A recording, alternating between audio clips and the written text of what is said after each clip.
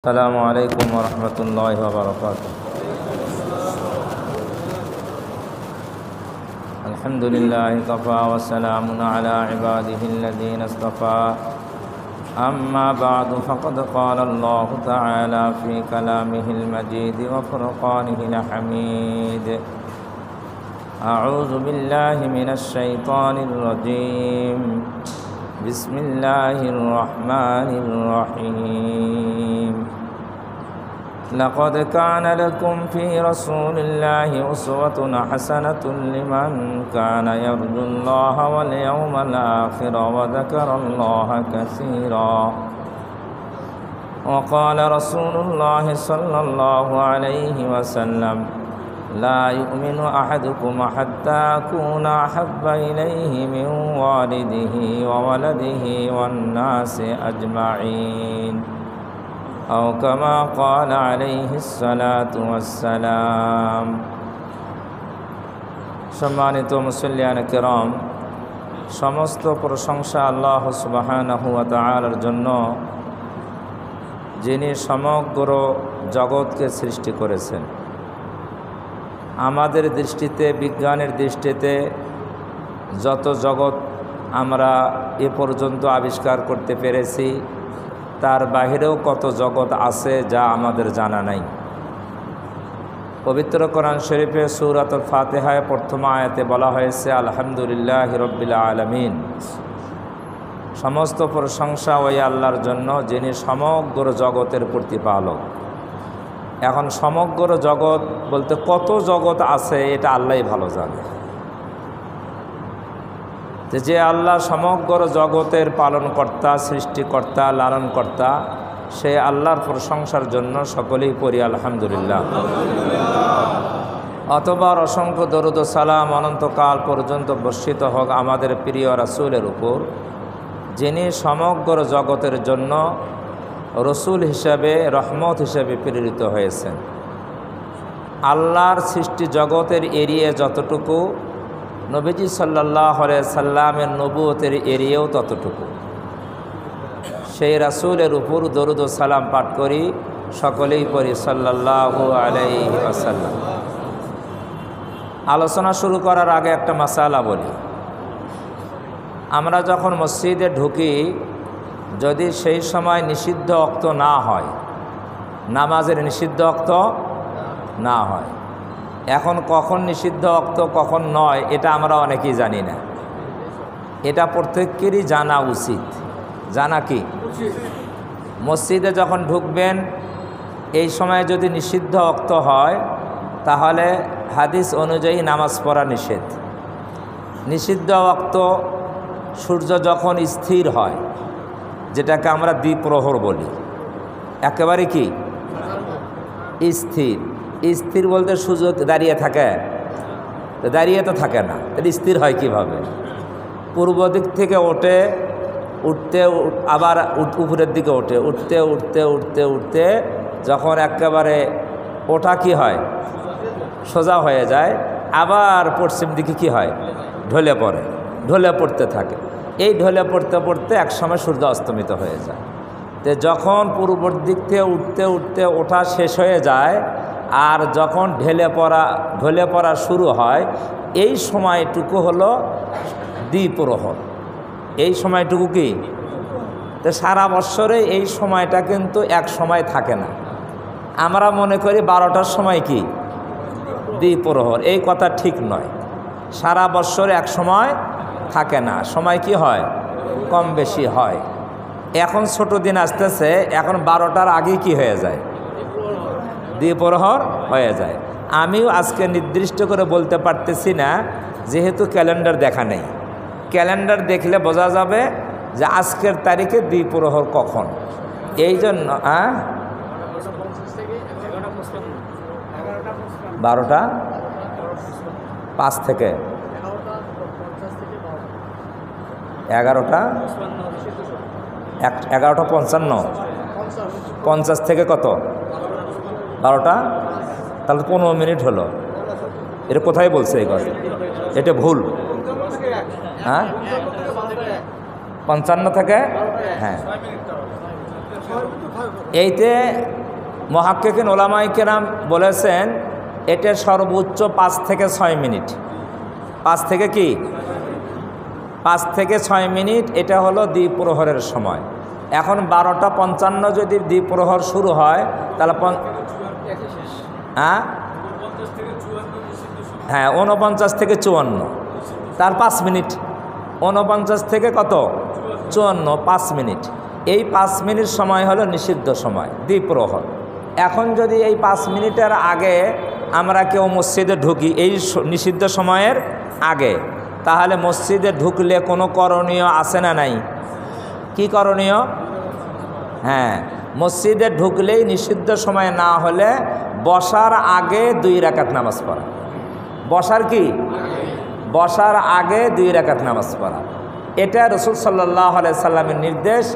এটাকে আমরা সুন্নতে গায়রে মুআক্কাদা বলি, মুআক্কাদা নয় হানাফি মাযহাব অনুযায়ী। তবে এটা অনেক সওয়াব বলা হয়েছে, রাসূলের নির্দেশ। এখন যদি নিষিদ্ধ সময়ে ঢুকি তখনও কি পড়ব? তখন পড়ব না, তখন আমরা আসে বসে যাব। ওই নিষিদ্ধ সময়ে যখন পার হবে তখন পড়তে পারবো, নিষিদ্ধ সময়ে যখন পার হবে তখন পড়তে পারবো। এই হাদিসটা বুঝতে ইসলামী স্কলারদের মধ্যে মতবিরোধ হয়েছে। হাদিস বুখারী শরীফের, নিষিদ্ধ সময় নামাজ পড়া নিষেধ, এরাও বুখারীর হাদিস। আবার মসজিদে যখনই ঢুকবে তখনই 2 রাকাত নামাজ পড়বে, এটাও বুখারীর হাদিস। কথা বুঝছেন না বোঝেন নাই? যখনই ঢুকবেন তখনই কি করবেন? তাহলে নিষিদ্ধ সময়ে ঢুকলেও কি করা লাগবে? নামাজ পড়তে হবে ওই হাদিস অনুযায়ী। যখনই ঢুকবে তখনই নামাজ পড়বে। এই জন্য কেউ কেউ কয় যে যখন ইমাম সাহেব খুতবা পড়ে ওই সময় ঢুকলেও 2 রাকাত কী করবা? নামাজ পড়বা। কথা বুঝছেন না বোঝেন নাই? তে কিছু হাদিস এমন আছে যে বাহ্যিক দৃষ্টিতে একটা হাদিসের সাথে আরেকটা হাদিসের কি হয়? সাংঘর্ষিক মনে হয়। অন্য হাদিসে দেখা যাচ্ছে নিষিদ্ধ সময়ে নামাজ পড়া কি নিষেধ, আবার আরেক হাদিসে দেখা যাচ্ছে যখনই ঢুকবে তখনই কি করবা। তাহলে একটা হাদিস যখনই ঢুকবা তখনই নামাজ পড়বা, এটা হলো কি পজিটিভ, হ্যাঁ বাসক। আর নিষিদ্ধ সময়ে নামাজ পড়বে না, এটা কি না বাসক। কথা বুঝছেন? হ্যাঁ আর না। সূত্র আছে যদি হা বাসক আর না বাসক 2টা হাদিস একত্র হয় তাহলে না বাসকটা অগ্রাধিকার পায়। না বাসকটা কি পায়? ওটার উপরেই কি মত দিতে হবে, ওটাই আমল করতে হবে। তাহলে যখনই ঢুকবে তখনই নামাজ পড়বা, এই মর্মে যেহেতু হাদিস আছে। আবার নিষিদ্ধ সময়েরও কি আছে? তাহলে নিষিদ্ধ মানে এই সময় নামাজ পড়া যাবে না, তাহলে প্রাধান্য কোনটা পাবে? না পড়াটা। এই জন্য হানাফি মাযহাবে এই সূত্র অনুযায়ী নিষিদ্ধ সময়ে মসজিদে ঢুকলে নামাজ পড়তে কি করা হয়?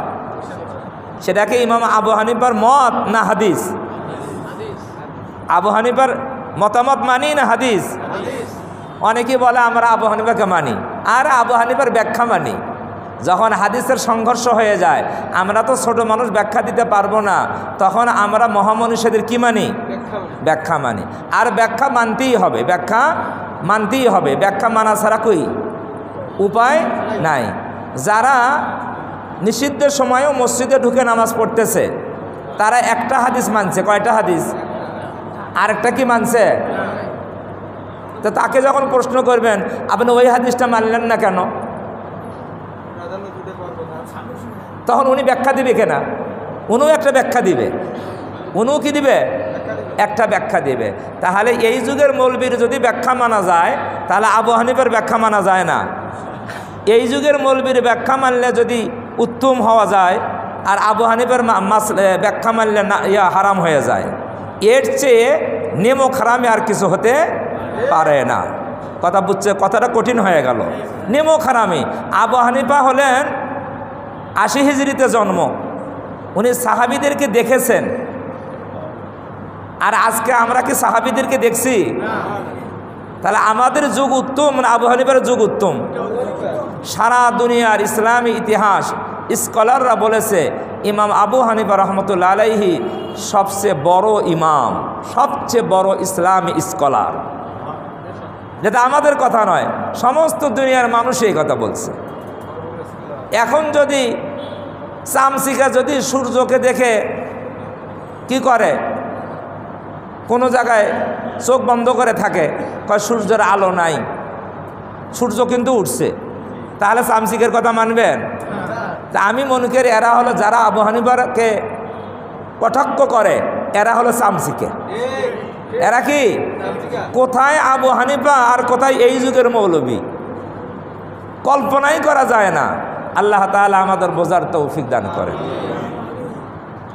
তাহলে নিষিদ্ধ সময়, খুতবার সময় অন্য নামাজ পড়া এটাও নিষিদ্ধ।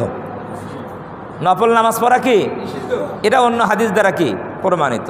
তাহলে নিষিদ্ধ সময় ছাড়া যখনই মসজিদে ঢুকবো তখনই আমরা 2 রাকাত নামাজ পড়ে মসজিদে ঢুকবো।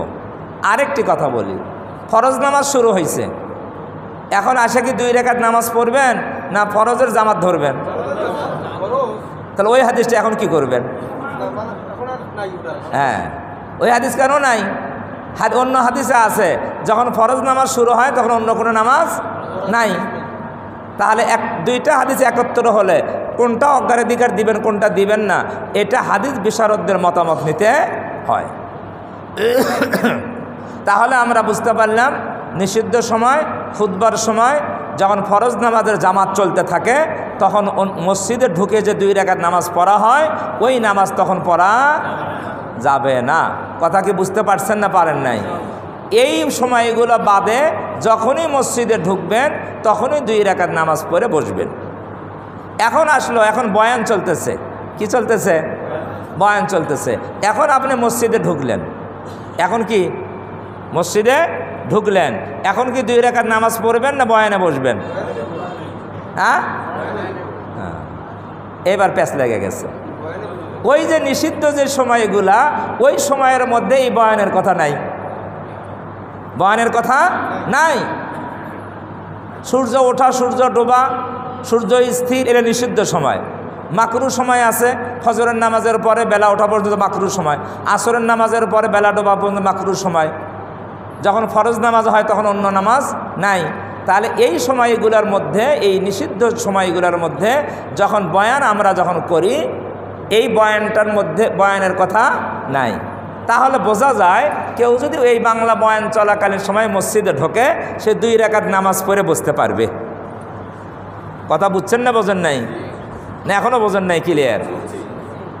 এখন ঘটনা হলো আপনি বয়ান শুরু হওয়ার আগেই আধা ঘন্টা আগেই আসছেন, বয়ান শুরু হওয়ার আধা ঘন্টা আগেই আসছেন, আসে চুপচাপ বসে আছেন, আজান দেওয়ার পরে 2 রাকাত নামাজে দাঁড়াইলেন, তাহলে কি হলো? তখন কিন্তু এটা খাপ খাবে না। তাহলে আপনি আসেই কি করবেন? নিষিদ্ধ সময় না হলে 2 রাকাত নামাজ কি পড়বেন। আর বয়ান চলাকালীন সময়ে যদি আপনি ঢোকেন তখনও 2 রাকাত নামাজ পড়তে পারবেন, বাধ্যতামূলক না, এটা তো নফল আমল, পড়তে পারবেন। কারণ নিষিদ্ধ সময়ের মধ্যে এই বয়ানের কথা নাই, নিষিদ্ধ সময়ের মধ্যে খুতবার কথা বলা হয়েছে। কিসের কথা? আমরা দ্বিতীয় আজানের পরে যে খুতবা পড়ি, এই খুতবার সময় নফল নামাজ পড়া কি নিষেধ। কথা বুঝে আসছে না আসে নাই? আল্লাহ তাআলা প্রত্যেকটা মাসলা ডানে বামে সামন পেছন বুঝে আমল করার তৌফিক দান করেন। পবিত্র কোরআন শরীফের সূরা আহজাবের 21 নম্বর আয়াত পড়ছি, এর আগেও কয়েকদিন পড়ছিলাম কিন্তু আয়াতের অর্থ করতে পারি নাই, এই জন্য আবার ওই আয়াতই পড়ছি। বিভিন্ন ব্যানারে দেখবেন দেওয়ালে লেখা আছে 90 দিন ব্যাপী, কতদিন? 90 দিন ব্যাপী ঈদে মিলাদুন্নবী অনুষ্ঠান, 90 দিন ব্যাপী অনুষ্ঠান হয়। কোথায় এটা জানেন? দেওয়ালে লেখা দেখেন নাই? হ্যাঁ, না দেওয়ানবাগি না, এটা একটা দরবার আছে, 90 দিন ব্যাপী ঈদে মিলাদুন্নবীর অনুষ্ঠান করে। ঠিক আছে, তারা করে ভালো। 90 দিনকে 365 দিন করেন, তাতেও কোনো অসুবিধা আছে? আপনি নবীর গুণগান গাইবেন, নবীর আলোচনা করবেন, কোনো সমস্যা নাই। সারা বছর করেন, প্রত্যেক দিন করেন, কোনো সমস্যা নাই। ইসলামের দৃষ্টিতে কি নাই? সমস্যা নাই। তো যেহেতু রবিউল আউয়াল মাস সবে মাত্র শেষ হলো, এখন রবিউল সানি মাস কি হয়েছে, শুরু হয়েছে। এখন কি নবীজির গুণগান, নবীজির আলোচনা করা যাবে না যাবে না? হ্যাঁ, যাবে, সারা বছরই করা যাবে। এই জন্য পবিত্র কোরআন শরীফের বহু আয়াত আছে, অসংখ্য হাদিস রয়েছে। আমরা তো এইগুলো আলোচনা করতেও পারি না, নিজেরাও কম বুঝি, সময়ও হয় না। এই জন্য আজকেও পবিত্র কোরআন শরীফের সূরাতুল আহজাবের 21 নম্বর আয়াত পড়েছি, বুখারী শরীফের একটা হাদিস পড়েছি। এই আয়াত এবং হাদিসকে সামনে রেখে টাইম অনুযায়ী কিছু কথা বলার চেষ্টা করব। ওমা তাওফীকি ইল্লা বিল্লাহ। আয়াতে কারিমার মধ্যে আল্লাহ তাআলা বলেন, লাকাদ কানা লাকুম ফি রাসূলিল্লাহ উসওয়াতুন হাসানা। তোমাদের জন্য আল্লাহ রাসূলের মধ্যে উত্তম আদর্শ রয়েছে। তোমাদের জন্য আল্লাহ রাসূলের মধ্যে, আল্লাহ রাসূল বলতে মুহাম্মদ সাল্লাল্লাহু আলাইহি ওয়াসাল্লাম, মুহাম্মদ সাল্লাল্লাহু আলাইহি ওয়াসাল্লামের মধ্যে উত্তম আদর্শ রয়েছে তোমাদের জন্য। এখন তোমাদের বলতে আল্লাহ কাকে বুঝাইছেন? হ্যাঁ, সবাইকে, মানে সব মানুষকে। তবে কোরআন শরীফের এই আয়াতের শেষে এই তোমাদের ব্যাখ্যা দেওয়া হয়েছে। তোমাদের বলতে কাদের বুঝাইছে? আল্লাহ বলেন, লিমান কানা ইয়ারজুল্লাহা ওয়াল ইয়াউমাল আখির ওয়া যাকারাল্লাহা কাসীরা। লিমান কানা ইয়ারজুল্লাহ, যে ব্যক্তি, যে বা যারা আল্লাহর আশা করে, আল্লাহর আশা করে, এর অর্থ হলো আল্লাহর সন্তুষ্টির আশা করে, আল্লাহর রিজামন্দির আশা করে, আল্লাহর প্রিয় বান্দা হওয়ার আশা করে। লিমান কানা ইয়ারজুল্লাহ, আল্লাহর আশা করার অর্থ হলো আল্লাহর রিজামন্দি, আল্লাহর প্রিয় বান্দা, আল্লাহর সন্তুষ্টি অর্জনের আশা করে। ওয়াল ইয়াউমাল আখির, আখিরাতের দিনের আশা করে। এ কথার মর্ম হলো আখিরাতের দিনের মুক্তির আশা করে। কিসের আশা করে? আখিরাতের দিবসে কেউ মুক্তি পাবে, কেউ মুক্তি পাবে না।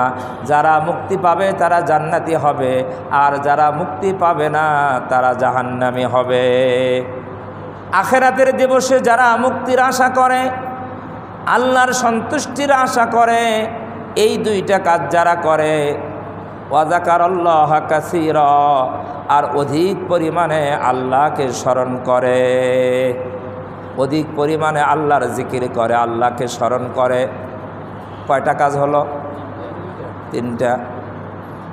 এক নম্বরে আল্লাহর সন্তুষ্টির আশা করা, দুই নম্বরে আখিরাতের মুক্তির আশা করে, তিন নম্বরে অধিক পরিমাণে আল্লাহর ইবাদত করে, আল্লাহর জিকির করে। এই কথাটাই হলো ব্যাপক কথা। আল্লাহকে স্মরণ করে, তার অর্থ হলো আল্লাহর বিধি মোতাবেক জীবনযাপন করে,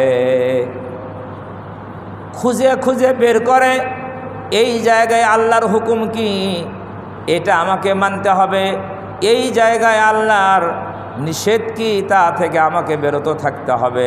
এটা হলো আল্লাহর স্মরণ। ইবাদতের মধ্য দিয়ে আল্লাহকে স্মরণ করে। ওয়া যাকারাল্লাহা কাসীরা, মৌখিকভাবে যেমন আলহামদুলিল্লাহ, সুবহানাল্লাহ, আল্লাহু আকবার, লা ইলাহা ইল্লাল্লাহ, এই তাসবিহাত মুখে যখন জপে, এগুলোও আল্লাহর জিকির। এগুলোও কি? লা ইলাহা ইল্লাল্লাহ, এগুলোও আল্লাহর জিকির। দরুদ শরীফ পড়া, এটাও আল্লাহর জিকির। ইস্তিগফার করা, ক্ষমা চাওয়া, এটাও তাসবিহাতের মধ্যে পড়ে। তাহলে ওয়া যাকারাল্লাহা কাসীরা, এই আয়াতের শব্দ দিয়ে শুধু কি মৌখিক জিকির বোঝানো হয়েছে? মুফাসসিরিন কিরাম বলেন, না না, শুধু মৌখিক জিকির নয়, নামাজ আল্লাহর জিকির, প্রত্যেকটা ইবাদত আল্লাহর জিকির। অতএব যারা প্রত্যেকটা ইবাদত বন্দেগী যারা করে, কোনটা আল্লাহর আদেশ, কোনটা আল্লাহর নিষেধ, খুঁজে খুঁজে নিজের জীবনে বাস্তবায়ন করে, এর সাথে যখন সুযোগ সুবিধা থাকে, সকাল সন্ধ্যায় বিশেষ করে আল্লাহর তাসবিহাতের জিকির করে। কয়টা কাজ হলো? তোমাদের জন্য আল্লাহর রাসূলের মধ্যে উত্তম আদর্শ রয়েছে। এই তোমাদের ব্যাখ্যা আল্লাহ নিজেই দিয়েছেন। তোমাদের বলতে আল্লাহ বলেন, তোমরা হলো তারা যারা আল্লাহর সন্তুষ্টির আশা করে, যারা কিয়ামতে মুক্তির আশা করে, অধিক পরিমাণে আল্লাহকে স্মরণ করে। তোমাদের জন্য আল্লাহর রসুলের মধ্যে উত্তম আদর্শ আছে। সবার জন্য? হ্যাঁ, সবার জন্য নয় কেন? আসলে তো আমি শুরুতে বলেছি সমগ্র জগতের জন্য রসুল সাল্লাল্লাহু আলাইহি ওয়াসাল্লাম হলেন আল্লাহর রাসূল। সবার জন্যই তো আল্লাহর রাসূল। এখানে অনেক ব্যাখ্যা রয়েছে। এর মধ্যে হলো যারা জিন এবং মানব, তাদের জন্য তো আল্লাহর রসূল, তারা আল্লাহর বিধান মেনে চলবে। জিনদের জন্য আল্লাহর বিধান মানা জরুরি, মানুষের জন্য আল্লাহর বিধান মানা জরুরি। কিন্তু আর মানুষের জিন বাদে অন্য অন্য প্রাণী মাখলুক যেগুলো রয়েছে, ওগুলা আমাদের মতো তাদের উপরে শরীয়তের বিধান প্রযোজ্য নয়। গাছ কি শরীয়তের বিধান মানে আমাদের মতো? অন্য অন্য প্রাণী যেগুলো রয়েছে ওগুলার জন্য নির্দিষ্ট আমাদের মতো শরীয়তের বিধান তাদের উপর প্রযোজ্য নয়। আল্লাহর পক্ষ থেকে তাদেরকে যাকে যেই বিধান দিয়ে রাখা হয়েছে সেই বিধান নিয়ে সে সারা জীবন কেটে দেয়। সূর্যকে হুকুম করা হয়েছে তুমি দৈনন্দিন পূর্ব আকাশ থেকে উঠবে আর পশ্চিম আকাশে ডুবে যাবা, এটাই তোমার বিধান, আল্লাহর হুকুম। সূর্য এই আইন মেনে চলে, এর ব্যতিক্রম করে না। ফেরেশতাকে যাকে যে হুকুম দেওয়া হয়েছে ওই ফেরেশতা ওই হুকুম মানে, এর ব্যতিক্রম করে না। অন্য অন্য মাখলুক যাকে যে হুকুম দেওয়া হয়েছে সেই মাখলুক সেই বিধান আল্লাহর হুকুম মানে ব্যতিক্রম করে না। তার মূল কারণ হলো মানুষের মধ্যে যে চাহিদা দেওয়া হয়েছে, খায়সাত দেওয়া হয়েছে, অন্য অন্য প্রাণীর মধ্যে এই খায়সাত দেওয়া হয়নি। কুপ্রবৃত্তি মানুষের মধ্যে আছে। মানুষের মধ্যে একটা ভালো মন্দ বোঝার একটা কি দেওয়া আছে, শক্তি দেওয়া আছে। এইটা ভালো এইটা মন্দ, এই শক্তি দেওয়ার পরে, বোঝার শক্তি দেওয়ার পরে আল্লাহ বলে দিয়েছেন ভালোটা করো মন্দটা করো না। যে এই শক্তি পাওয়ার পরে ভালোটা করবে সে পুরস্কার পাবে, শক্তি পাওয়ার পরে যে মন্দ করবে সে তিরস্কার হবে। কিন্তু অন্য অন্য প্রাণীর মধ্যে এই ক্ষমতা দেওয়া হয় নাই। ফেরেশতারা ইচ্ছা করলেও আল্লাহর নাফরমানি করতে পারে না। কোরআন শরীফে আছে লা ইয়াসুনাল্লাহ মা আমারহুম ওয়া ইয়াফআলুনা মা ইউমারুন।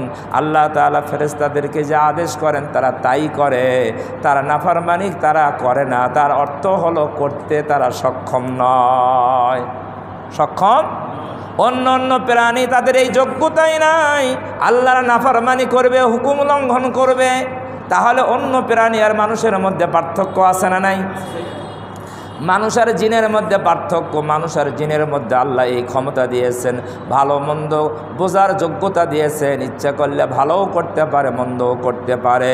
আর অন্য অন্য প্রাণীর জন্য এই বিধান নাই। এই জন্য মানুষ আর জিনের জন্যই জান্নাত জাহান্নাম, অন্য প্রাণীর জন্য জান্নাত জাহান্নাম নাই। অন্য প্রাণীর জন্য কি নাই? জান্নাত জাহান্নাম নাই। মানুষের জন্য জিন জাতির জন্য জান্নাত জাহান্নাম আছে, যেহেতু তাদের উপরই শরীয়ত আছে। তাহলে এই ব্যাখ্যা থেকে বোঝা গেল মানুষ আর জিনের জন্য আল্লাহ রাসূলের মধ্যে উত্তম আদর্শ রয়েছে।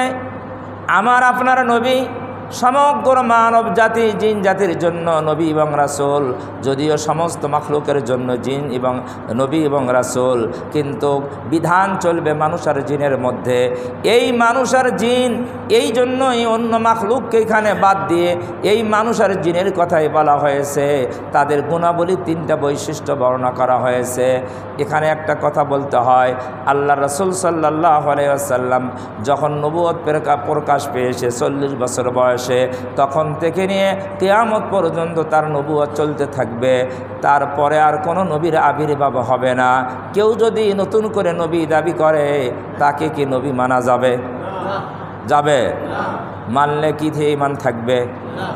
হ্যাঁ, মুহাম্মদ সাল্লাল্লাহু আলাইহি ওয়াসাল্লামের পরে কেউ যদি নবী দাবি করে, তাকে যদি কোনো মানুষ নবী হিসাবে মানে, তাহলে তার কি ঈমান থাকবে না বেঈমান হয়ে যাবে? আচ্ছা, এইরকম মুসলমান একদল বাংলাদেশে আছে না নাই? আছে। তাদের নাম কি? কাদিয়ানী। গোলাম মোহাম্মদ কাদিয়ানীকে তারা নবী মানে। তাহলে নবীজি বলেছেন আনা খাতামুন নাবিয়্যিন লা নাবিয়্যা বাদি, আমি শেষ নবী, আমার পরে কোনো নবী নাই। তাহলে এই হাদিসের উপরে কি আমল হলো? মিলাদ শরীফে আয়াত পড়া হয় মা কানা মুহাম্মাদুন আবা আহাদিম মির রিজালিকুম ওয়ালাকির রাসূলুল্লাহি ওয়া খাতামান নাবিয়্যিন, নবীজি আল্লাহর রাসূল এবং শেষ নবী, ঠিক কিনা? তাহলে কোরআনের আয়াত নবীর হাদিস অস্বীকার করলে সে কোনোদিন মুসলমান থাকতে পারে না। পারে? আপনি যদি মনে করেন ওরা কি করে করুক, ওদের মুসলমান বলারও দরকার নেই, না বলারও দরকার নেই, আমি আমারটা নিয়ে থাকি। আমাদের মুসলমানের মধ্যে এমন কিছু লোক আছে, আছে না? গা বাসানি লোক। কি তার মানে নিজের শরীরে যেন কোনো দোষ না আসে। আহারে, যদি ঈমান আমরা বুঝতাম, যদি ঈমান আমরা বুঝতাম, ইসলাম যদি আমরা বুঝতাম, তাহলে কোনো মুসলমান নামধারী এই কথা কোনোদিন বিশ্বাস করত না। আর ঈমানের কথাই তো এটা, লা ইলাহা ইল্লাল্লাহ। সমস্ত এরাকে আমি অস্বীকার করলাম, সমস্ত উপাস্যকে কি করলাম? এই যে মূর্তি পূজা আসতেছে, ওটাকেও বিশ্বাস করেন? ওটাও কি উপাস্য? কিন্তু হিন্দুরা তো বিশ্বাস করে, করে না? মুসলমানকে উপাস্য হিসেবে বিশ্বাস করেন? লা ইলাহা ইল্লাল্লাহ না, কোনো উপাস্যকে আমরা বিশ্বাস করি না, একমাত্র আল্লাহ ব্যতীত। কাকে ব্যতীত? আর এই কালেমার দ্বারাই তো সব কিছু কি হয়ে গেছে, স্পষ্ট হয়ে গিয়েছে। মুহাম্মাদুর রাসূলুল্লাহ, মুহাম্মদ সাল্লাল্লাহু আলাইহি সাল্লাম আল্লাহর রাসূল, আল্লাহর বান্দা। তাহলে এই কথা বিশ্বাস করতে হবে কি হবে না? ঘোষণা দিতে হবে কি হবে না?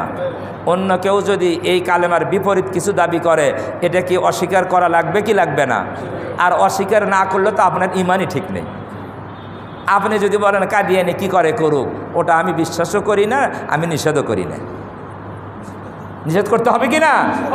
আপনাকে স্পষ্ট করতে হবে কাদিয়ানী নবী হতে পারে, এ কথা স্পষ্ট বিশ্বাস করতে হবে। আপনার জবানে ঘোষণা দিতে হবে গোলাম মোহাম্মদ কাদিয়ানী নবী হতে পারে না। আপনার ভেতরে যদি এই বিষয়ে সংশয় থাকে, কি থাকে? হতেও মনে হয়, হতেও বোধহয় পারে। এরম সংশয় কি আছে কারো মনে? যদি সংশয় থাকে, আজকে আপনি জেনে নেন আপনি মুসলিম হতে পারবেন না। কোনো সংশয় রাখা যাবে না, স্পষ্ট হতে হবে আমার নবী মুহাম্মদ সাল্লাল্লাহু আলাইহি সাল্লাম শেষ নবী, তারপরে আর কোনো নবী হবে না। তাহলে যারা কাদিয়ানী, তারা কি ইসলামের অনুসারী? তারা মুহাম্মদ সাল্লাল্লাহু আলাইহি সাল্লামের উম্মত না। তারা কিন্তু দাবি করে আমরাও নবীর উম্মত। সাধারণ মানুষকে বুঝায়, সাধারণ মানুষকে বুঝায়। এই জন্য আমাদের ইমানকে স্পষ্ট করতে হবে।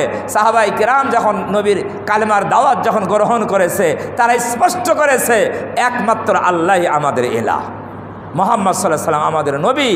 এই কথা স্পষ্ট করছে না করে নাই? একেবারে স্পষ্ট। যত জুলুম নির্যাতন আসছে, কোনো রকম সংশয় তাদের অন্তরে ছিল না। এখন আমাদের অনেক শিক্ষিত লোক, অনেক গা বাসানি লোক, তারা সংশয় করে। কি ঝামেলা করার দরকার আছে? হুজুররা বেশি বাড়াবাড়ি করে। হুজুররা কি করে? বাড়াবাড়ি করে। আরে হুজুররা বাড়াবাড়ি করে না, হুজুররা হুজুরদের ইমান রক্ষা করার চেষ্টা করে, আপনাদের ইমান বাঁচানোর জন্য কথা বলে।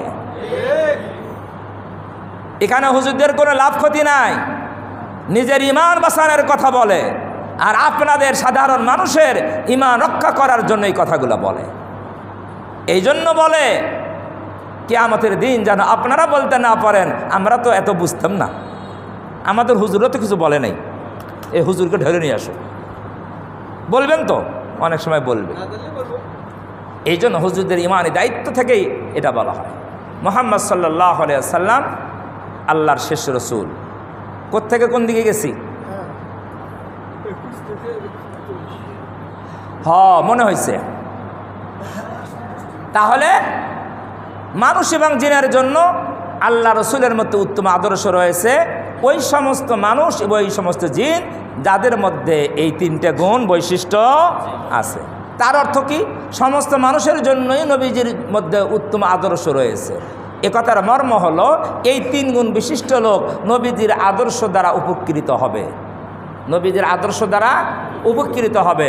আর এই 3 গুণ ছাড়া অন্য মানুষ আর জিন যারা আছে তারা নবীদের আদর্শের দ্বারা উপকৃত হবে না। কেন হবে না? তারা তো নবীকেই মানে না, তারা নবীকেই মানে না। যারা নবীকে মানে না তারা কি নবীর আদর্শ দ্বারা উপকৃত হবে না? নবীকে মানতে হবে, এই নবীকে মানতে হবে। তাহলে যাদের মধ্যে এই 3টা বৈশিষ্ট্য থাকবে তারা নবীর আদর্শের দ্বারা উপকৃত হবে। তারা খুঁজে খুঁজে নবীর আদর্শ খুঁজে খুঁজে বের করবে আর নিজের জীবনে বাস্তবায়ন করার কি করবে? চেষ্টা। নবীর জীবনের আদর্শ অনেক ব্যাপক, অনেক কি ব্যাপক। আমরা কিছু আদর্শের কথা, নবীর আদর্শ, উত্তম আদর্শ, কিভাবে উত্তম আদর্শ নবীর জীবনে ছিল, এর কিছু আলোচনা আমরা আজকে করার নিয়ত করেছি। 1 নম্বরে বলি, নবীর জীবনের আদর্শের মধ্যে একটা আদর্শ ছিল নবীজি সত্য কথা বলতেন। সত্য কথা, মিথ্যা কথা বলতেন না। এইটা 40 বছর বয়স যখন নবীজির, তখন থেকে নবীজি সত্য কথা বলা শুরু করছেন। হ্যাঁ, কি? ছোট থেকেই, যখন থেকে কথা বলা শুরু হয়েছে তখন থেকেই নবীজি সাল্লাল্লাহু আলাইহি ওয়াসাল্লাম সত্যবাদী ছিলেন। তাহলে এই সত্যবাদিতা এটা নবীর আদর্শ কিনা? হ্যাঁ, তাহলে এই সত্য কথা বলা এটা কি ভালো বৈশিষ্ট্য না মন্দ বৈশিষ্ট্য? হ্যাঁ, তা আল্লাহ বললেন উসওয়াতুন হাসানা, নবীর মধ্যে উত্তম আদর্শ আছে। তাহলে সত্য বলা, সত্যবাদিতা হওয়া এটাকে উত্তম না অনুত্তম? উত্তম। আর মিথ্যা বলা উত্তম না অনুত্তম? হাদিসের মধ্যে আসছে সত্য মানুষকে আসিদকু ইয়াহদি,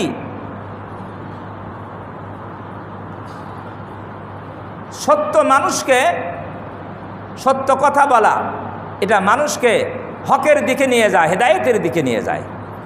আর হেদায়েত মানুষকে জান্নাতের দিকে নিয়ে যায়। আর মিথ্যা মানুষকে খারাপের দিকে নিয়ে যায়, মন্দের দিকে নিয়ে যায়। আর এই মিথ্যা, এই খারাপই মানুষকে জাহান্নামে পৌঁছায় দেয়।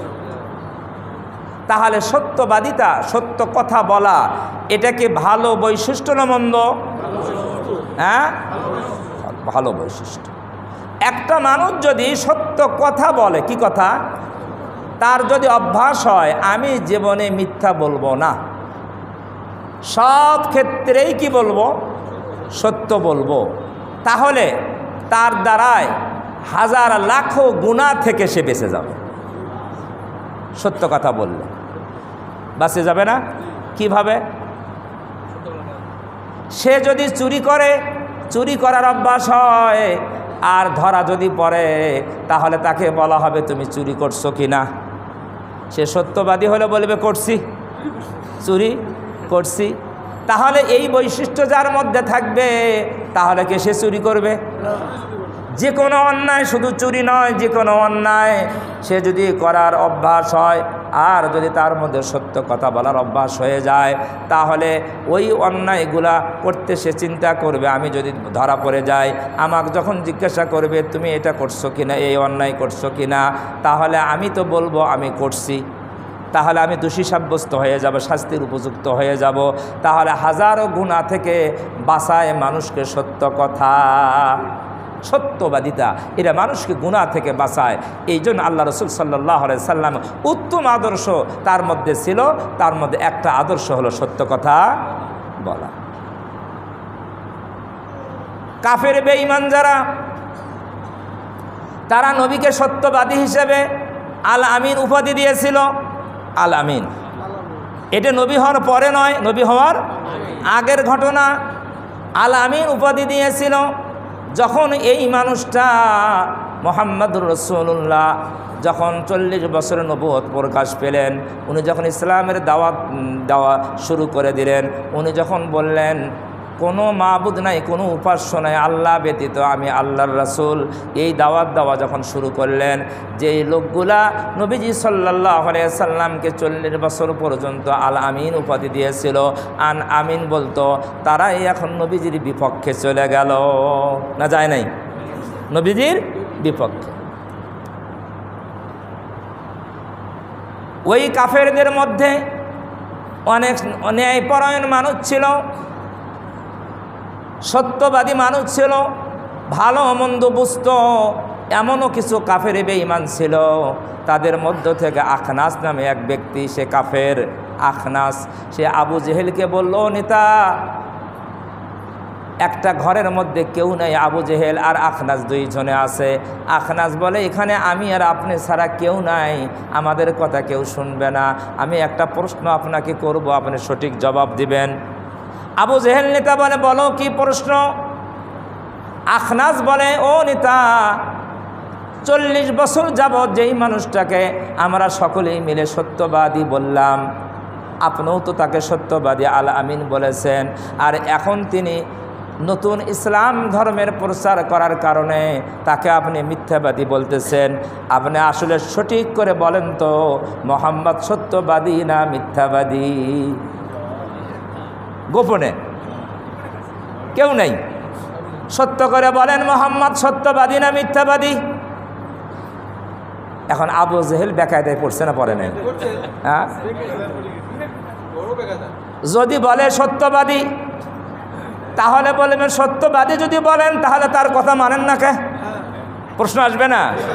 উনি যে ইসলামের দাওয়াত দেয় এটা মানেন না কেন, এই প্রশ্ন চলে আসবে। আর যদি বলেন উনি মিথ্যাবাদী, তাহলে প্রশ্ন আসবে 40 বছর যাবৎ সত্যবাদী বললেন কে? প্রশ্ন আসবে কি না? হ্যাঁ বললেও প্রশ্ন, না বললেও কি? আবু জেহেলের বুদ্ধি ছিল, খুব খুব বুদ্ধিমান। নেতা কি এমনি হয়? যারা নেতা তারা সবাই কিন্তু বুদ্ধিমান, খুব বুদ্ধি রাখে তারা, নেতারা। হ্যাঁ, বুদ্ধি আছে তাদের। আবু জেহেল চিন্তা করে বলল, হ্যাঁ বললেও মুসিবত, প্রশ্ন আসে, না বললেও প্রশ্ন আসে। আবু জেহেল বলল, মুহাম্মদ তার জন্মের পর থেকে এ পর্যন্ত নিজের পক্ষ থেকে যত কথা বলেছে সব কথা সত্য। নিজের পক্ষ থেকে যা বলেছে সব কি সত্য। এই জন্যে আমরা আলামিন উপাধি দিয়েছিলাম।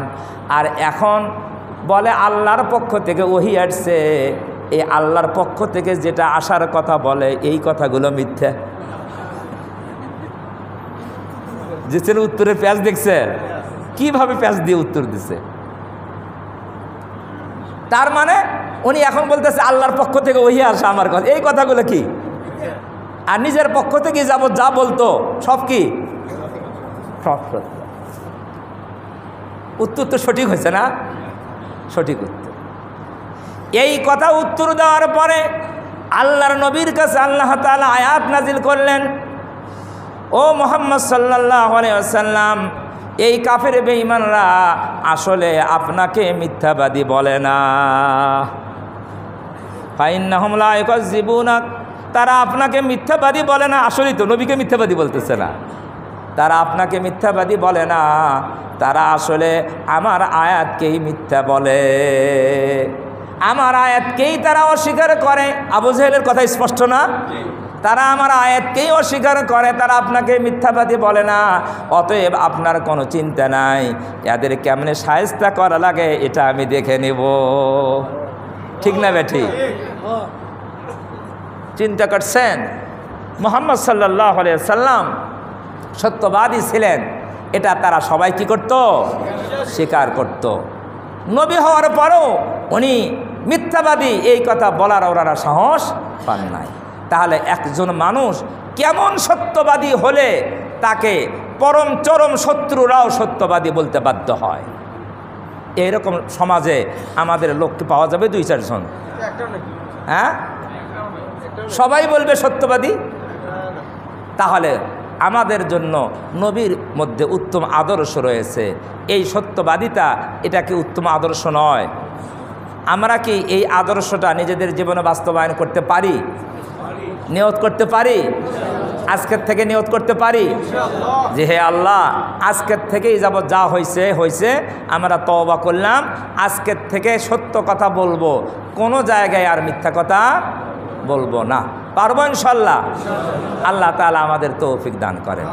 কিন্তু কিছু ব্যবসায়ী ভাই আছে, তারা বলে সত্য কথা বললে তো ব্যবসায়ী হয় না। আছে ব্যবসায়ীদের মধ্যে, আমাকে বলছে অনেকেই, হুজুর সত্য কথা বললে কি হয় না? ব্যবসাই হয় না। আমার পাশের লোকেরা মিথ্যা কথা বলে, পাশের দোকানদার, আর আমি যদি সত্য কথা বলি তাহলে আবার বেচা কিনা কিছুই হবে না। এখন বাধ্য হয়ে কি করা লাগে?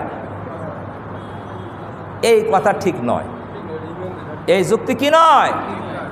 আমি আপনাদেরকে গ্যারান্টি দিয়ে বলতে পারি, যারা ব্যবসা করেন, আপনি সততার সাথে ব্যবসা করেন, সত্য কথা বলেন, হয়তো 2-4 দিন আপনার কষ্ট হতে পারে। যখন গ্রাহক বুঝে যাবে যে এই দোকানদার ইনি মিথ্যা বলে না, ইনি যা সত্য তাই বলে, তখন আপনি বিক্রি করে সুমার করতে পারবেন। 2-4 দিন সমস্যা হতে পারে, এই জন্য সত্য কথা বলা দরকার। সত্যবাদিতা এটা একটা সভ্য সমাজের জন্য অনেক বড় বৈশিষ্ট্য, অনেক বড় গুণ। রাসূল সাল্লাল্লাহু আলাইহি সাল্লাম এই সত্যবাদীদের গুণে গুণান্বিত ছিলেন। এটা উত্তম আদর্শ। মিথ্যের বিপরীত হলো সত্য। আজকে আমাদের সমাজে মিথ্যার সরাসরি হয়ে গিয়েছে। মিথ্যার কি সরাসরি সয়লাভ হয়ে গিয়েছে। মিথ্যা কি? মিথ্যা কি? একটা কথা, তথ্য যাচাই বাছাই ছাড়া একটা কথা বলা মিথ্যাবাদী হওয়ার জন্য কি যথেষ্ট। কারো সম্পর্কে কোনো কথা শুনলেন, যাচাই বাছাই না করে এই কথাটা বলে দিলেন, মিথ্যাবাদী হওয়ার জন্য কি এরকম কথা আমরা বলি না? বলিলেন একেবারে হাজারো অহরহ আমরা, বিশেষ করে আলেম সম্প্রদায়ের বিরুদ্ধে কেউ কিছু কারো বিপক্ষে হলে তার বিরুদ্ধে সমালোচনা শুরু করে, আমরা ওটা শুনে আমরাও কি করে দিই? সমালোচনা শুরু করি। আলেম ওলামার বিরুদ্ধে সমালোচনা করা যাবে না, যাবে না, যাবে যদি সম্প্রদায় নিয়ে সমালোচনা করা যাবে না যে পুরা আলেম সমাজ খারাপ, এই সমালোচনা করা যাবে না। কোনো ব্যক্তি বিশেষে যদি কোনো চিহ্নিত আপনি হন যে এই আলেম এই খারাপি করেছে, এই অন্যায় করেছে, সেই ব্যক্তি বিশেষে সমালোচনা করতে পারেন। কোনো সম্প্রদায় উঠে কোনো সমালোচনা করা যাবে না। কারণ আলেমদের সম্মান কোরআন হাদিসে অনেক বেশি দেওয়া হয়েছে, অনেক বেশি দেওয়া হয়েছে। নবী তো আর আসবে না, নবী আসবে না। আলেমরা হলো নবীদের ওয়ারিস, এই জন্য নবুয়তের দায়িত্ব এই কাজগুলো আলেমরাই করতেছে, করবে কিয়ামত পর্যন্ত। এই জন্য আলেমদের অনেক মর্যাদা, অনেক সম্মান। অনেকেই বলে যে আলেমদের কথা শোনো না, আলেমরা সব জানে না। আমরা সাহিত্য পড়ছি, আমরা সব জানি। সাহিত্য পড়ছে, ইতিহাস পড়ছে, সব জানে। আবার বলে যে আলেমরা তাসাউফ জানে না, ওরা খালি শরীয়ত জানে। এই জন্য আলেমদের কাছে তোমরা জিজ্ঞাসা করো না, জানো না, ওরা তাসাউফ জানেই না। তাসাউফ বোঝেন তো আপনারা? কি বুঝেন না? না, তাসাউফ কি এটা তো বোঝেই না রে সর্বনাশ। যারা বিশেষভাবে পীর মুরিদি করে, পীরের মুরিদ, তারা বোঝেন তো না? তারাও বোঝেন না। তাসাউফ একটা শব্দ, এটা আধ্যাত্মিক জগতের একটা কি শব্দ, তাসাউফ। এটা সহজ করে বলা যায় তাজকিয়া। কোরআন শরীফের শব্দ হলো তাজকিয়া, আর তাজকিয়ার বাংলা অর্থ হলো আত্মশুদ্ধি। কি? তাহলে যেই পদ্ধতিতে, ভালো করে বুঝেন, যেই পদ্ধতিতে আত্মশুদ্ধি করা হয় ওই পদ্ধতির নাম তাজকিয়া বা তাসাউফ। যেই মাধ্যমে আত্মশুদ্ধি করা যায় সেই মাধ্যমে কোরআনের নাম হলো তাসাউফ, আর হাদিসের নাম দেওয়া হয়েছে ইহসান, আর পরবর্তী যুগে পীর মাশায়েখগণ নাম দিয়েছেন তাসাউফ। কথা বুঝছেন না বোঝেন নাই? এই তাসাউফের আবার 4টে স্তর আছে। কয়টা স্তর? 4টে। কয় শরীয়ত, মারিফত, হাকিকত, তরিকত।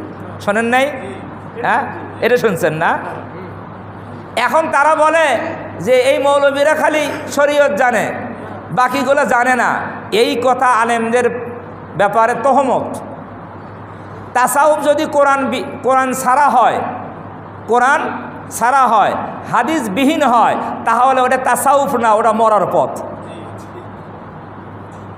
তাসাউফের সম্পর্ক যদি কোরআনের সাথে না থাকে, হাদিসের সাথে না থাকে, তাহলে ওটা তাসাউফ না, ওটা মরার পথ, ওটা শয়তানের পথ। যেই তাসাউফের সাথে কোরআনের সম্পর্ক নাই, হাদিসের সম্পর্ক নাই, এই তাসাউফ শয়তানের পথ। কথা বুঝছেন না বোঝেন নাই? আপনাকে তাসাউফ আপনি করেন, কিন্তু আপনার তাসাউফ কোরআন থেকে নিতে হবে, হাদিস থেকে নিতে হবে। কোত্থেকে নিতে হবে? কোরআন হাদিস থেকে নিতে হবে। যদি আপনার পীর কোরআন হাদিস থেকে তাসাউফ আপনাকে শিক্ষা দেয় না, তাহলে বুঝতে হবে এই পীরের পীর হলো শয়তান। আপনি আমাকে খারাপ ভাববেন, আমার শত্রু হবেন, হক কথা আমাকে বলতেই হবে, হক কথা বলতেই হবে। তাসাউফ কি কোরআন ছাড়া? হ্যাঁ, না হাদিস ছাড়া? হাদিস ছাড়া, কোরআন ছাড়া তাসাউফ হতে পারে না, তরিকত হাকিকত মারিফত হতে পারে না। কথা বুঝে আসছে না? আসে নাই? কোরআন হাদিস থেকেই তাসাউফ, শরীয়ত, মারিফত, তরিকত সব কিছু আপনাকে অন্বেষণ করে বের করে সেই অনুযায়ী আত্মশুদ্ধি করে আল্লাহর সান্নিধ্য অর্জন করতে হবে। শয়তান আমাদের প্রকাশ্য শত্রু। শয়তান আর শয়তান ও ইয়াজিরু মিনাদ দাম, শয়তান মানুষের রগের শিরায় শিরায় কি করে? হ্যাঁ, চলতে পারে, চলে না? আমরা কি টের পাই? হ্যাঁ, আমরা টের পাই না। এখন আপনি তাসাউফ করতেছে, ভালো করে বুঝবেন, মারিফাতের জগতে আছেন, বড় পীর হয়েছেন, আপনার ভেতরে শয়তান যেতে পারে না? পারে না? আমার মধ্যে শয়তান যাইতে পারে কি পারে না? পারে কি পারে না? এখন শয়তান রগে রগে ঢুকে, মনের মধ্যে ঢুকে আমাকে একটা কথা বলল যে এটা আল্লাহর রাস্তা। এটা কি? আল্লাহ পাওয়ার রাস্তা। মনের মধ্যে যায় গুনগুন গুনগুন করে কথা বলল মনের মধ্যে। শয়তান তো যেতে পারে মনের মধ্যে, গুনগুন করে কথা বলল মনের মধ্যে যায় যে এটা আল্লাহর পথ, এটা সিরাতে মুস্তাকিম। তাসাউফ করেন আর মারিফত করেন, করবেন কি জন্য? জান্নাতে যাওয়ার জন্য তো, আল্লাহ পাওয়ার জন্য তো, রসুল পাওয়ার জন্য তো, না অন্য কিছু? তাসাউফ বলেন, মারিফত বলেন, যেটাই বলেন, আল্লাহ পাওয়া, জান্নাত পাওয়া, রসুল পাওয়া, এই জন্যই তো এগুলার জন্য। তাহলে শয়তান কি বসে থাকবে আপনাকে আল্লাহর পথে যাওয়ার বাধা দিবে না? জান্নাতের পথে বাধা দিবে না? রসুলের পথে বাধা দিবে না? দিবে। এখন শয়তান যে মনের মধ্যে ঢুকতে পারে, এটা বিশ্বাস করেন তো? না, কেউ একিন হয়ে গেছে যে আমার কাছে আর শয়তান আসে না, এরকম একিন কারো হয়েছে? এটা কেউ বলতে পারবেন না। এটা একমাত্র আমাদের রসুল বলেছেন, আমার কাছেও তো শয়তান ছিল, সেই শয়তান কি হয়ে গিয়েছে? মুসলমান হয়ে গেছে। একেবারে আমার কি হয়ে গেছে? তাবে হয়ে গেছে। নবীদেরকে শয়তান কি দিতে পারে? ধোকা দিতে পারে না। যত বড় আল্লাহর ওলি হন, শয়তান কি দিতে পারে? ধোকা দিতে পারে। বরং যে যত বড় ওলির দাবি করবেন, তার কাছে তত বেশি শয়তান কি দিবে? ধোকা দিবে। কেউ যদি নামাজ না পড়ে, রোজা না করে, হজ না করে, জাকাত না দেয়, ইসলামের পথে না চলে, তার কাছে শয়তান যাওয়ার দরকার আছে? কি দরকার? খালি সময় নষ্ট। ও তো খারাপ শয়তানের পথেই আছে, তো ওকে কি জন্য মেহনত করা লাগবে? যারা ভালো পথে চলে, ভালো হওয়ার চেষ্টা করে, তাদের পেছনেই শয়তান থাকে। কথা বুঝছেন না বোঝেন নাই? এখন শয়তান যদি আপনার মনের মধ্যে আসে বলে যে আমি আব্দুল কাদের জিলানী, আমি তোর সাথে কথা বলতেছি, তোর এখন বড় বেলায়েত হাসিল হয়ে গিয়েছে, এই রকম যদি মনের মধ্যে আসে বলে, তাহলে আপনি বিশ্বাস করবেন কি করবেন না? তখন তো আপনি মনে মনে ভাববেন, সর্বনাশ, আমি তো অনেক বড় আল্লাহর ওলি হয়ে গেছি। কি হয়ে গেছি? কোন যুগের আব্দুল কাদের জিলানী আসে আমার সাথে কথা কয়? আমি যখন চোখ বন্ধ করে থাকি, মোরাকাবা করি, আমার সাথে আব্দুল কাদের জিলানী এসে কি কয়? কথা কয়। তাহলে আপনি আর কি দুনিয়ায় থাকবেন না? আকাশে চলে গেছেন। এখন আপনাকে এই অবস্থা যদি আপনার হয়, তখন আপনাকে আসতে হবে কোরআনের কাছে, আপনাকে আসতে হবে হাদিসের কাছে, যে কি হাদিস কোরআনে এই মর্মে কোনো কথা আছে কি না। কথা বুঝছেন না বোঝেন নাই? আব্দুল কাদের জিলানী কি আসে তার কবর থেকে উঠে আসে আমার সাথে কথা বলতে পারে কি পারে না? পারে? কোরআন হাদিসে আছে? নাই। তাহলে বুঝতে হবে এটা আব্দুল কাদের জিলানী নয়, এটা কেরামত আলী জৌনপুরি নয়, এটা বড় ইবলিস শয়তান তোমার কলবের মধ্যে ঢুকে তোমার সাথে কথা কয়। এটা জিলানী রহমতুল্লাহ নয়, মুজাদ্দাদ আল বেসানি নয়, কেরামত আলী জৌনপুরি নয়। কোরআন হাদিসে কোথাও এই কথা নাই যে আল্লাহর ওলি তোমার অন্তরে আসে তোমার সাথে কথা বলে। এটা কে কথা বলে? শয়তান কথা বলে। এরা আল্লাহর ওলিরা কথা বলে না। আল্লাহর ওলিরা আমি গ্যারান্টি দিয়ে বলতে পারি আল্লাহর ওলির কোনো কিতাব দেখাইতে পারবেন না যে আল্লাহর ওলির এই কথা বলে গেছে। কথা বুঝছেন না বোঝেন নাই? তাহলে কোথায় আসতে হবে? কোরআনের কাছে, হাদিসের কাছে। আব্দুল কাদের জিলানী রহমতুল্লাহর কাছেও শয়তান আসছিল না, আসে নাই? ইন্নালিল্লাহ, সময় পার হয়ে গেছে, সময় পার হয়ে গেছে, আর বলতে পারলাম না। নিয়ত ছিল রসুলের উসওয়ায়ে হাসানা বলবো, একটা বলছি তো, সত্য কথা বলা। কয়টা? একটা সত্য কথা। আল্লাহ আমাদের সত্য কথা বলার তৌফিক দান করেন। কাবলা জুমা 4 রাকাত সুন্নত পড়ে নেই।